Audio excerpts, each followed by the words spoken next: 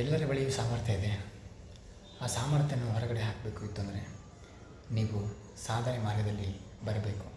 ನೀವು ಸಾಧನೆ ಮಾರ್ಗದಲ್ಲಿ ಬರಬೇಕು ಅಂತಂದರೆ ನಿಮ್ಮ ದೈಹಿಕ ಕಸರತ್ತು, ಮಾನಸಿಕ ಕಸರತ್ತು ಅದು ಯಾವುದೇ ಆಗಿರ್ಬೋದು, ಅದನ್ನು ನೀವು ಚಾಚು ತಪ್ಪದೆ ಪಾಲನೆ ಮಾಡಬೇಕಾಗುತ್ತೆ. ಸಾಧನೆ ಕೇವಲ ನಾವು ಅಂದ ತಕ್ಷಣ ನಾವು ಇದು ಮಾಡ್ತೀವಿ, ನಾನು ಮೌಂಟ್ ಎವರೆಸ್ಟ್ ಏರ್ತೀನಿ, ಜಗತ್ತನ್ನೇ ಗೆಲ್ತೀನಿ ಅಂದರೆ ಗೆಲ್ಲಕ್ಕಾಗಲ್ಲ. ಯಾವ ರೀತಿ ಗೆಲ್ಲಬೇಕು ಅಂತಂದರೆ, ಈಗ ನಿಮಗೆ ದೊಡ್ಡ ಸಾಧನೆ ಮಾಡ್ತೀನಿ ಅಂತ ಇದ್ದೀರಲ್ಲ, ಬೆಳಗಿನ ಜಾವ ಬೇಗ ಹೇಳೋಕ್ಕಾಗ್ತಾಯಿದ್ದಾನ, ನೀವು ಮೌಂಟ್ ಎವರೆಸ್ಟ್ ಏರುವಂಥ ಕನಸು ಕಂಡಿದ್ದೀರಿ ಅಂತ ಅಂದರೆ ನೀವು ಮೊದಲು ನೀವು ಮಲಗಿರುವ ಸ್ಥಳದಲ್ಲಿ, ನೀವು ಮಲಗಿರುವ ಬೆಡ್ಡಿನಿಂದ ಮೊದಲಿಗೆ ಹೇಳಬೇಕಾಗುತ್ತೆ. ನೀವು ಅದೇ ಮಾಡೋಕ್ಕೆ ಕಲ್ತಿಲ್ಲ ಅಂತಂದರೆ ನಮ್ಮ ಮೌಂಟ್ ಎವರೆಸ್ಟ್ ಏರುವಂಥ ತಾತ್ಪರ್ಯ ಏನು ಅಂತಂದರೆ ಪ್ರತಿಯೊಂದು ಸಾಧನೆ, ಪ್ರತಿಯೊಂದು ಕೆಲಸದ ಬಗ್ಗೆ ಹೇಳ್ತಾ ಇದ್ದೀನಿ ನಾನು. ನಿಮಗೆ ಮೌಂಟ್ ಎವರೆಸ್ಟ್ ಏರ್ಬೇಕಂತ ಅದನ್ನೇ ಹೇಳ್ತಾ ಇಲ್ಲ ನಾನು. ಮಾಡೋಕ್ಕೆ ಭಾಳಷ್ಟು ಕೆಲಸಗಳಿದ್ದಾವೆ. ಆ ಕೆಲಸಗಳನ್ನು ಚಾಚು ತಪ್ಪದೆ ಮಾಡುವಂಥ ಪ್ರಯತ್ನ ಮಾಡಿ. ಮೊದಲು ಬೆಡ್ಡಿಂದ ಏಳುವಂಥ ಪ್ರಯತ್ನ ಮಾಡಿ. ಮಲಗಿರುವ ಬೆಡ್ಡಿಂದ ಏಳುವಂಥ ಪ್ರಯತ್ನ ಮಾಡಿ. ಜಗತ್ತಿನ ಯಾವ ಸಮಸ್ಯೆಗೂ ಕೂಡ ಬಗೆಹರುತ್ತೆ. ಸಮಸ್ಯೆಗಳ ಲಿಸ್ಟ್ ಹೇಳ ನಿಮಗೆ. ಮೊದಲನೇದಾಗಿ ಮಲ ವಿಸರ್ಜನೆ ಸರಿ ರೀತಿಯಿಂದ ಆಗ್ತಾಯಿಲ್ಲ. ಎರಡನೇದಾಗಿ ಕಾಮಾತುರತೆ, ಅಂದರೆ ಈ ಒಂದು ಮೈಥುನದ ಮೇಲೆ ಕಂಟ್ರೋಲ್ ಇಲ್ಲ. ಎರಡನೇದು. ಮೂರನೇದು ಏನು ಅಂತಂದರೆ ಊಟೋಪಚಾರ ಏನು ಅದು ಕೂಡ ಸರಿಯಾದ ರೀತಿಯಿಂದ ಇಲ್ಲ. ಯಾವ ರೀತಿಯಾಗಿ ಉಣ್ಣಬೇಕು, ಏನು ತಿನ್ನಬೇಕು ಅಂತ ಗೊತ್ತೇ ಇಲ್ಲ. ಬರೀ ಪ್ರಾಣಿಗಳ ಥರ ತಿನ್ನೋದು ಮತ್ತು ಹಸೆ ಮಲಗೋದು, ಅದಕ್ಕೆ ಬಿಟ್ಟು ಏನೂ ಇಲ್ಲ. ಏನು ಮಾಡಬೇಕು ಅಂತಲೇ ಗೊತ್ತಿಲ್ಲ. ಮತ್ತು ನೋಡಿ, ಎದೆ ನೋವು, ಹೊಟ್ಟೆ ನೋವು, ತಲೆನೋವು, ಹಲ್ಲಿನ ಸಮಸ್ಯೆ, ಬಾಯಲ್ಲಿ ಹಲ್ಲೇ ಇರಲ್ಲ 30-40 ಅಂತಂದರೆ ಎಲ್ಲ ಹಲ್ಲುಗಳು ಕಪ್ಪಾಗಿರ್ತಾವೆ. ಅದು ಎಲ್ಲ ಯಾವ ರೀತಿಯಾಗಿ ನೋಡಿ, ಬಾಯಿ ತುಂಬ ಗುಟಕ, ಮೈ ತುಂಬ ಸರಾಯಿ, ಇವೆಲ್ಲವನ್ನು ಯಾರು ಮಾಡ್ತಾಯಿದ್ದೀರಾ? ನೀವೇ ಯಾಕೆ ಮಾಡ್ತಾಯಿದ್ದೀರಾ? ಬಿಟ್ಕೊಡಿಯೋದನ್ನೆಲ್ಲ. ಜೀವನ ತುಂಬ ಅದ್ಭುತವಾಗಿದೆ ರೀ, ಸ್ವರ್ಗದಂತಿದೆ ಜೀವನ.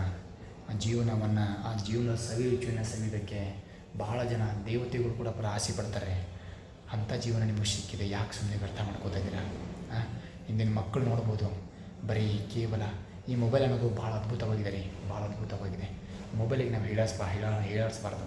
ಯಾಕೆಂದರೆ ಮೊಬೈಲ್ ಮುಖಾಂತರವಾಗಿ ಎಷ್ಟೋ ಬಡ ವಿದ್ಯಾರ್ಥಿಗಳು ತಮ್ಮ ಶಿಕ್ಷಣವನ್ನು ಪಡ್ಕೊಂಡಿದ್ದಾರೆ. ಈ ಒಂದು ಡಿವೈಸ್ ಇದೆ ಅಂದರೆ ಅದನ್ನು ವ್ಯವಸ್ಥಿತವಾಗಿ ಒಳ್ಳೆಯ ರೀತಿಯಿಂದ ನಾವು ಉಪಯೋಗಿಸ್ಕೋಬೇಕು.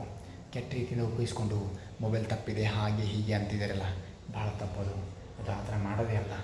ನೀವು ಈ ಮೊಬೈಲ್ನ ಸರಿಯಾದ ರೀತಿಯಿಂದ ಬಳಸ್ಕೊಳ್ಳಿ, ನಿಮ್ಮ ಜೀವನ ಅದ್ಭುತವಾಗಿರುತ್ತೆ. ಈ ಸರಾಯಿ ಕುಡಿಯೋದು, ಗುಟ್ಕಾ ತಿನ್ನೋದು, ಸಿಗಾರ ಮಾಡೋದು, ಅದೆಲ್ಲ ಜೀವನ ಇದೆ ಏನ್ರಿ? ಮನುಷ್ಯನಿಗೆ ಆ ದೇವತೆಗಳು ಕೂಡ ಮನುಷ್ಯನ ಶರೀರವನ್ನು ಪಡಿಬೇಕು ಅಂತ ಇದ್ದಾರೆ, ಅವರಿಗೂ ಸಿಗ್ತಾ ಇಲ್ಲ. ನಿಮಗೆ ಕೇಳದೆ ಶರೀರ ಸಿಕ್ಕಿದೆ ಅಂದರೆ ಆ ಶರೀರವನ್ನು ಯಾಕೆ ನಾಶ ಮಾಡ್ಕೋತಾ ಇದ್ದೀರಾ? ಮೋಕ್ಷದ ಮಾರ್ಗದತ್ತ ಹೋಗಿ. ನಮ್ಮ ಸತ್ಯ ಸನಾತನ ಧರ್ಮದಲ್ಲಿ ಇನ್ನು ಯಾರೂ ಹೇಳ್ದಾದ್ರಂದರೆ ಅದು ನಂಬಕ್ಕೆ ಹೋಗಬೇಡಿ. ಮೊದಲು ನೀವು ಹೋಗಿ ಅದನ್ನು ಸ್ಟಡಿ ಮಾಡಿ. ನೀವು ಮನುಸ್ಮೃತಿ ಸ್ಟಡಿ ಮಾಡಿದ್ದೀರಾ, ಬೌದ್ಧ ಧರ್ಮಗ್ರಂಥಗಳನ್ನು ಸ್ಟಡಿ ಮಾಡಿದ್ದೀರಾ. ನೀವು ಎದೆ ಮೇಲೆ ಕೈ ಇಟ್ಕೊಂಡು ಹೇಳಿ. ಎದೆ ಮೇಲೆ ಕೈ ಇಟ್ಕೊಂಡು ಯಾಕೆ ಹೇಳಿ ಅಂತಾರಂದರೆ, ಸುಳ್ಳು ಹೇಳಿದ್ರೆ ಎದೆ ನಿಲ್ಲುತ್ತೆ ಅಂತ, ಹಾರ್ಟ್ ಬೀಟ್ ನಿಲ್ಲುತ್ತೆ ಅಂತ, ಅದಕ್ಕೆ ಎದೆ ಮೇಲೆ ಕೈ ಇಟ್ಕೊಂಡೆ ಅಂತ ಹೇಳ್ತಾರೆ. ಅರ್ಥ ಮಾಡ್ಕೊಳ್ಳಿ ಜೀವನ. ನೀವು ಯಾರೂ ಹೇಳಿದರೆ ಅಂತ ನೀವು ನಂಬಕ್ಕೆ ಹೋಗಬೇಡಿ. ಭಾಳ ಅದ್ಭುತವಾಗಿದೆ ಜೀವನ. ಆ ಜೀವನ ನಿಮ್ಮದು ಹಾಕಿಸ್ಕೋಬೇಕು ಇತ್ತು ಅಂದರೆ ಮೊದಲು ನೀವು ಖುದ್ದಾಗಿ ಅನುಭವಿಸಿದಾಗ ಮಾತ್ರ ಜೀವನ ಚೆನ್ನಾಗಿರುತ್ತೆ. ನಿಮಗೂ ಅರಿವಾಗುತ್ತೆ, ಸತ್ಯದ ಅರಿವಾಗುತ್ತೆ.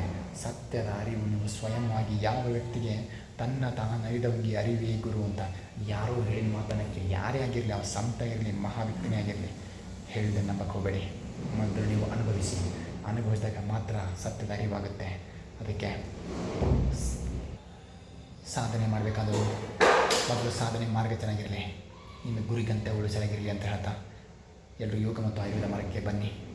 ನಮ್ಮ ಸಂತೋಷ್ ಯೋಗ ಆ್ಯಂಡ್ ಆಯುರ್ವೇದ ಚಾನಲ್ಗೆ ಸಬ್ಸ್ಕ್ರೈಬ್ ಆಗಿ, ಕಮೆಂಟ್ ಹಾಕಿ ಅಂತ ಹೇಳ್ತಾ ಎಲ್ರಿಗೂ ನಮಸ್ಕಾರ.